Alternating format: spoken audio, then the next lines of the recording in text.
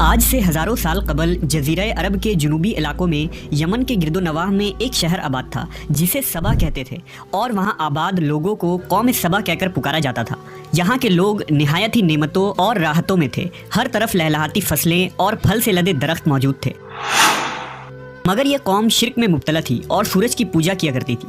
جب وہاں کے بادشاہ شراجیل بن مالک کی موت ہوئی تو اس کی بیٹی بلقیس نے حکومت کی باغ دوڑ سنبھالی۔ بعض مورخین نے لکھا ہے کہ بلقیس کے والدین میں سے ایک جنات میں سے تھے، مگر اس نظریے کی کوئی واضح دلائل نہیں ملتی۔ ملکہ بلقیس ایک قابل عورت تھی جس نے یمن پر 9 سال نہایت ہی خوبصورتی سے حکومت کی۔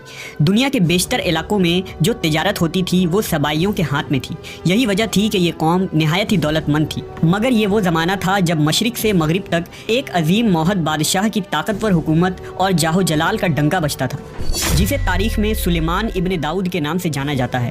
حضرت سلیمان علیہ السلام کی حکومت دنیا کے بیشتر ممالک میں تھی، جس کا دارالخلافہ یروشلم شہر تھا۔ آپ کو ہوا، جنات، چرند و پرند اور جانوروں پر حکمرانی عطا کی گئی تھی۔ ایک دن کا واقعہ ہے کہ حضرت سلیمان علیہ السلام نے دربار لگایا تو جن و انس، جانور اور پرندے سب کے سب حاضر ہوئے، مگر ان کا چہیتا پرندہ ہدہد غائب تھا۔ آپ نے پوچھا ہدہد کہاں ہے؟ جب وہ نظر نہ آیا تو سلیمان علیہ السلام نے فرمایا اگر وہ اپنی غیر حاضری کی کوئی مناسب وجہ پیش نہ کر سکا تو اسے ذبح کر دیا جائے گا۔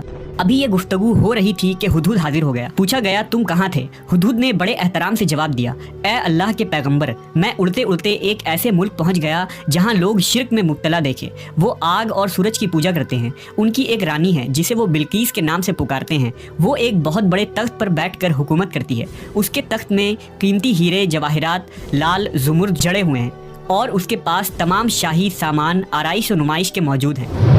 حضرت سلیمان علیہ السلام نے کہا اگر تمہاری بات سچ ہے تو میرا خط اس ملکہ تک پہنچاؤ تاکہ وہ شرک سے باز آ جائے، اور خط پہنچانے کے بعد وہاں بیٹھ کر سنو کہ وہ کیا رد عمل اختیار کرتی ہے، اور پھر آ کر مجھے خبر دینا۔ حضرت سلیمان علیہ السلام نے خط روانہ کیا جو کچھ یوں تھا، شروع اللہ کے نام سے جو بڑا مہربان اور رحم فرمانے والا ہے۔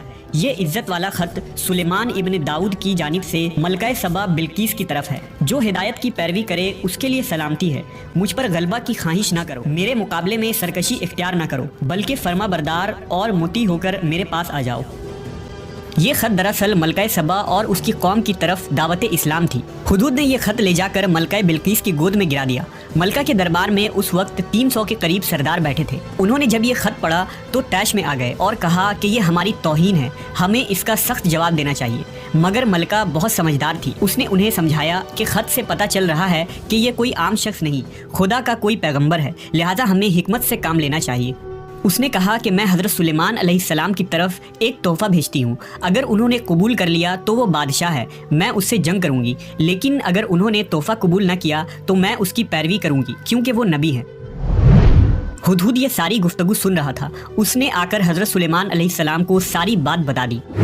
حضرت سلیمان علیہ السلام نے جنات کو حکم دیا کہ شہر میں داخل ہونے والے راستے پر سونے چاندی کی اینٹوں کا فرش بچھا دیا جائے، راستے کے دونوں جانب سونے کی عجیب الخلقت جانور کھڑے کر دیے جائیں، وزراء اور عمال سلطنت کی تمام کرسیوں کو سونے کا کر دیا جائے، دربار کو ہیرے جواہرات سے مزین کیا جائے۔ ادھر بلقیس نے حضرت سلیمان علیہ السلام کے لیے تحائف روانہ کیے، جن میں سونے کی اینٹیں، جواہرات، غلام، کنیزیں اور ملکہ کا ایک خط بھی تھا۔ جب یہ تمام تحائف لے کر قاصد حضرت سلیمان علیہ السلام کے دربار میں پہنچے اور انہوں نے یہ سب دیکھا تو شرمندہ ہوئے۔ حضرت سلیمان علیہ السلام نے ملکہ کے قاصدوں سے کہا کیا تم لوگ مال سے میری مدد کرنا چاہتے ہو؟ مگر دیکھ لو جو کچھ اللہ نے مجھے دے رکھا ہے وہ اس سے بھی زیادہ ہے جو تمہیں دیا ہے، لہٰذا تمہارا تحفہ تمہیں مبارک ہو۔ اب تم اپنے تحائف کے ساتھ واپس جاؤ اور اپنی ملکہ سے کہنا کہ ہمارا انتظار کرے، ہم ایک زبردست لشکر لے کر آئیں گے۔